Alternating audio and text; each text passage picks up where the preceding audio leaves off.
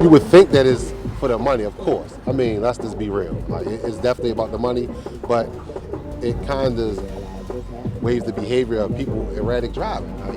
So I get it.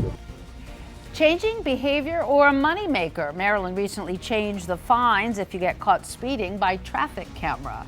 The higher fees have been in place for work zones since January. And the law is designed to change driving behavior. WBAL TV 11 Investigates David Collins has been crunching the numbers to gauge whether it's working.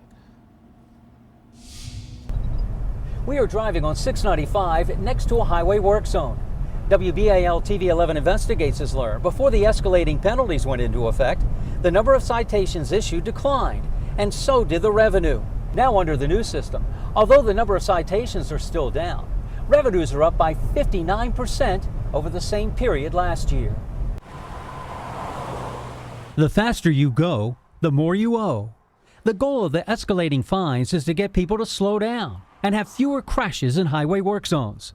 Drivers we talked with are taking notice. I don't want to speed either way just because the fines are ridiculous and I don't have money for that kind of thing these days. You don't want an extra fine, and we need to be safer and not speed anyway. Under the new escalating penalty structure, 12 to 15 miles per hour over the limit slaps you with a $60 citation. But if workers are present in the construction zone, it's double, $120. The faster you speed, the more you pay. If you're captured speeding 40 miles per hour or more over the limit, with workers present, it's $1,000. According to State Highway Administration officials, the new fine system has significantly reduced the number of crashes. Has it gone up, down, or stay the same? We've measured from January of this year through September, and we've seen about a 14% reduction through those 9 months. In the wake of a deadly crash at a work zone on 695 that killed 6 people, the state created a highway safety work zone group led by Lieutenant Governor Aruna Miller.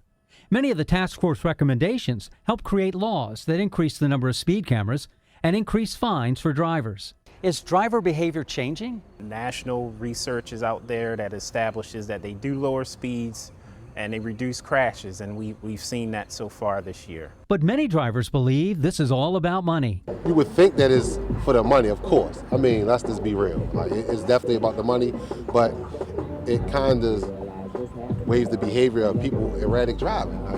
So I get it. I do think it's all for money. They just trying. I don't think nobody really cares about, it's for safety.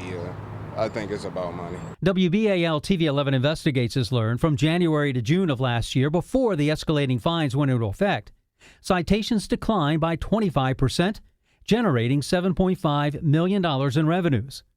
After the new law went into effect from January through June of this year, citations are still down, but revenues increased by 59%, generating $18.2 million.